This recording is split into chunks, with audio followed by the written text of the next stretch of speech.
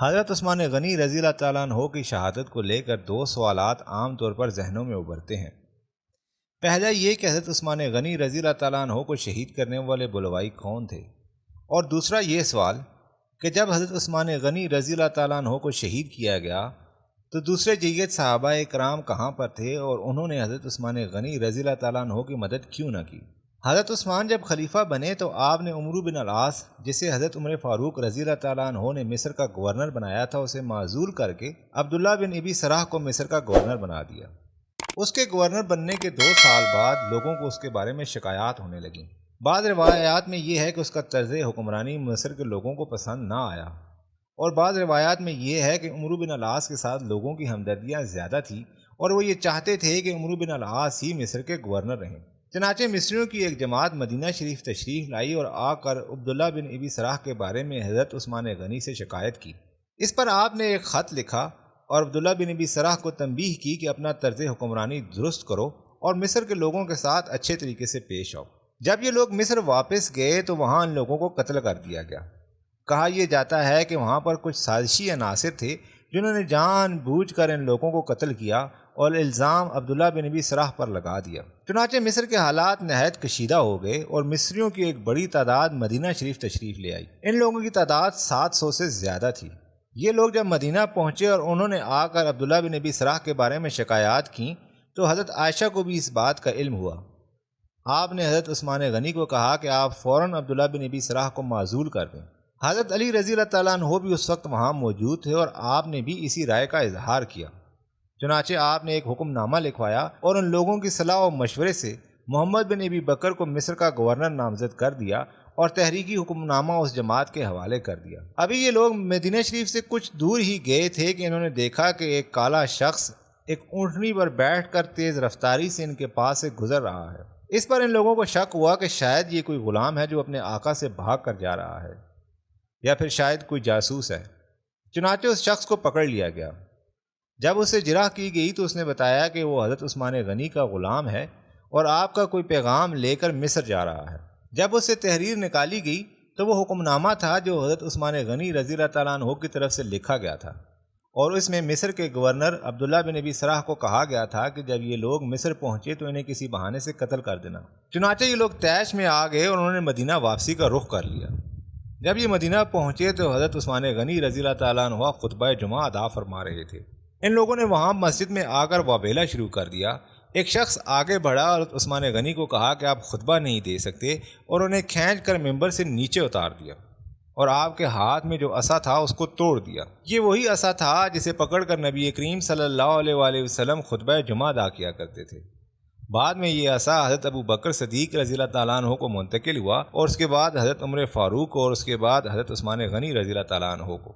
ان لوگوں نے وہاں پر شکایت کی کہ آپ ہمیں دھوکے سے مروانا چاہتے ہیں۔ چنانچہ حضرت عثمان غنی رضی اللہ تعالیٰ عنہ کو دوسرے صحابہ اکرام ان لوگوں کے نرغے سے نکال کر گھر لے گئے۔ یہ لوگ آپ کے پیچھے پیچھے گھر آ گئے اور آپ کے گھر کا محاصرہ کر لیا۔ حضرت علی رضی اللہ تعالیٰ عنہ کو جب اس واقعے کا علم ہوا تو آپ اس وقت خیبر میں تھے۔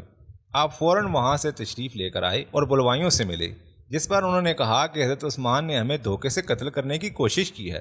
چنانچہ آپ اور کچھ صحابہ اکرام جب حضرت عثمان غنی کے پاس گئے تو آپ نے فرمایا کہ کیا ایسا ممکن ہو سکتا ہے، جس پر سب نے آپ کی تائید کی۔ جب اس غلام سے مزید جرح کی گئی تو اس نے کہا کہ یہ خط اسے مروان نے دیا تھا۔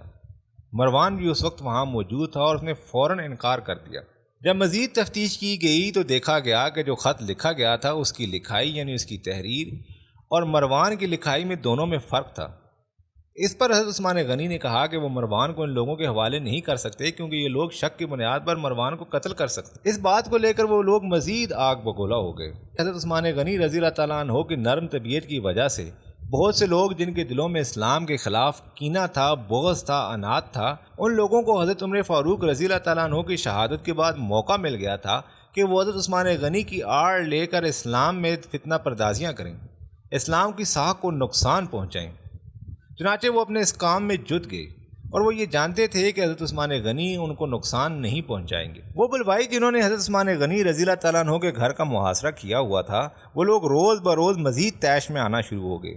حضرت علی کو خطرے کا احساس ہوا تو آپ نے اس وجہ سے کہ کہیں وہ حضرت عثمان کو نقصان نہ پہنچائیں، حضرت امام حسن اور حسین کو حضرت عثمان غنی رضی اللہ تعالیٰ عنہ کے دروازے پر متعین کر دیا۔ اور انہوں نے کہا کہ وہ آپ کی حفاظت کریں۔ اس طرح دوسرے صحابہ کرام نے بھی اپنی اولادوں کو آپ کے گھر کے باہر تعینات کر دیا۔ اس دوران حضرت علی مسلسل بلوائیوں کے ساتھ رابطے میں رہے، اور ایک دن آپ حضرت عثمان غنی کے پاس آئے اور انہیں کہا کہ اگر آپ حکم دیں تو ہم ان لوگوں کا قلعہ کما کر دیں، کیونکہ یہ آپ کو نقصان پہنچانا چاہتے ہیں۔ اس پر حضرت عثمان غنی رضی اللہ تعالیٰ عنہ نے کہا کہ ایسا نہیں ہو سکتا، کیونکہ آقا کریم نے مجھے فرمایا تھا کہ اسلام کے اندر مسلمان ایک دوسرے کا گلا کاٹیں گے، اور میں نہیں چاہتا کہ وہ پہلا شخص میں ہوں جس کی وجہ سے مسلمان ایک دوسرے کا خون بہائیں۔ اس کے ساتھ ساتھ آپ نے یہ بھی کہا کہ میں خلافت کو کسی طور پر نہیں چھوڑوں گا، کیونکہ نبی کریم صلی اللہ علیہ وآلہ وسلم نے مجھے فرمایا تھا کہ عثمان تمہیں اللہ نے قمیض پہنائی ہے، اس قمیض کو منافقین کے کہنے پر کبھی نہ اتارنا، چنانچہ ایسا ممکن نہیں ہو سکتا کہ میں یہ خلافت چھوڑ دوں۔ دوسری یہ بات کہ مصر کے لوگوں کے دلوں میں حضرت عثمان غنی کے بارے میں نفرت اس حد تک تھی کہ ایک بار ایک شخص مکہ مکرمہ میں حج کی غرض سے آیا۔ اس نے دیکھا کہ کچھ خاص لوگ مکہ مکرمہ میں حرم شریف کے پاس بیٹھے ہیں۔ اس نے لوگوں سے پوچھا کہ یہ کون ہے؟ اس پر اسے بتایا گیا کہ یہ قریش کے لوگ ہیں۔ اس پر اس شخص نے دوبارہ پوچھا کہ یہ بوڑھا شخص جو ان کے درمیان بیٹھا ہے یہ کون ہے؟ اسے بتایا گیا کہ یہ حضرت عبداللہ بن عمر ہیں۔ وہ حضرت عبداللہ بن عمر کے پاس گیا اور کہا کہ کیا حضرت عثمان وہی ہیں جو جنگ احد میں بھاگ گئے تھے؟ حضرت عبداللہ بن عمر نے کہا ہاں۔ پھر اس نے کہا کیا حضرت عثمان غنی رضی اللہ تعالیٰ عنہ بدر کی جنگ میں شریک نہ ہوئے تھے؟ اس پر حضرت عبداللہ بن عمر نے کہا ہاں۔ پھر اس نے تیسرا سوال کیا کیا بیعت رضوان کے وقت حضرت عثمان موجود نہیں تھے؟ حضرت عبداللہ بن عمر نے کہا ہاں۔ اس پر وہ شخص زور سے اللہ اکبر کا نعرہ لگاتا ہے، جس کا مطلب یہ ہے کہ یہ لوگ سمجھتے تھے کہ حضرت عثمان غنی رضی اللہ تعالیٰ عنہ کی خلافت دائرہ اسلام یا شاعر اسلام سے مطابقت نہیں رکھتی۔ چنانچہ حضرت ابو بکر نے اس شخص کو بلایا اور فرمایا کہ دیکھو، جنگ احد میں حضرت عثمان غنی جنگ چھوڑ گئے تھے، لیکن اللہ تعالیٰ نے اپنی آیات نازل فرما کر انہیں معافی دی۔ جنگ بدر میں آپ کی زوجہ یعنی حضرت محمد صلی اللہ علیہ وآلہ وسلم کی بیٹی اس وقت بیمار تھیں، اور آپ نے حضرت محمد صلی اللہ علیہ وآلہ وسلم سے اجازت طلب کی۔ اس پر آقا دو جہاں حضرت محمد صلی اللہ علیہ وآلہ وسلم نے آپ کو کہا کہ اگر آپ جنگ میں شریک نہیں بھی ہوں گے تو آپ کو اللہ تعالیٰ اتنا ہی اجر دے گا، اور مال غنیمت سے بھی حصہ دیا۔ اور بیعت رضوان کے وقت تو حضرت عثمان غنی رضی اللہ تعالیٰ عنہ کو آقا دو جہاں نے خود مکہ بھیجا تھا کہ وہ مکہ کے لوگوں سے بات کریں کہ ہم بغرض طواف مکہ آنا چاہتے ہیں، جنگ کی غرض سے نہیں، جس پر ان لوگوں نے حضرت عثمان غنی کو قید کر لیا تھا، اور آقا نے بیعت رضوان لیتے وقت کہا تھا کہ یہ ہاتھ میرا ہاتھ نہیں بلکہ عثمان کا ہاتھ ہے۔ یہ صورتحال تھی جس کی وجہ سے حضرت عثمان غنی رضی اللہ تعالیٰ عنہ کے خلاف لوگوں کے دلوں میں بہت زیادہ نفرت پھیلائی جا چکی تھی۔ چنانچہ ایک دن 3 لوگ یا 2 لوگ حضرت عثمان غنی رضی اللہ تعالیٰ عنہ کے گھر کی پچھلی دیوار پھلانگ کر اندر داخل ہوئے۔ اسی دن حضرت عثمان غنی رضی اللہ تعالیٰ عنہ نے اپنی زوجہ کو بتایا تھا کہ آپ کے خواب میں آقا دو جہاں تشریف لائے، اور انہوں نے کہا کہ آج کا روزہ ہمارے ساتھ افطار کرنا، اور اس دن آپ روزے کی حالت میں تھے۔ حضرت عثمان غنی رضی اللہ تعالیٰ عنہ قرآن پاک کی تلاوت کر رہے تھے کہ یہ 2 شخص آئے اور انہوں نے آ کر آپ پر حملہ کر دیا۔ آپ کی زوجہ حضرت نائلہ نے آپ کو بچانے کی کوشش کی، لیکن آپ کی انگلیاں کٹ گئیں، اور ان لوگوں نے بے دردی کے ساتھ حضرت عثمان غنی کو شہید کر دیا۔ اس واقعے کی اطلاع جب ملی تو حضرت علی رضی اللہ تعالیٰ عنہ نہایت جلال میں حضرت عثمان غنی کے گھر تشریف لے گئے۔ روایات سے یہ ملتا ہے کہ آپ حضرت امام حسن اور حسین کے ساتھ نہایت ترش لہجے میں بات کی، اور انہوں نے کہا کہ انہوں نے آپ کی حفاظت کیوں نہ کی۔ پھر جب حضرت علی رضی اللہ تعالیٰ عنہ نے حضرت نائلہ سے پوچھا کہ کیا آپ ان دونوں اشخاص کو پہچانتی ہیں، تو اس پر حضرت نائلہ نے کہا کہ ان میں سے ایک شخص کی نیلی آنکھیں تھیں۔ وہ نیلی آنکھوں والا شخص اسود تھا جو مصری نژاد تھا، اور بعض روایات میں آتا ہے کہ اس کا نام حمر یا احمر تھا، لیکن کیونکہ وہ مصری تھے لہٰذا ان کی شناخت نہ ہو سکی، اور بلوائیوں کی کافی زیادہ تعداد ہو چکی تھی لہٰذا ان کو پکڑا نہ جا سکا۔ اس کے بعد جو کچھ اسلام کے اندر ہوا تاریخ اس کی گواہ ہے کہ جو فتنے اسلام کے اندر پھوٹے اس نے اسلام کو اتنا نقصان پہنچایا جسے آج تک ہم سامنا کر رہے ہیں۔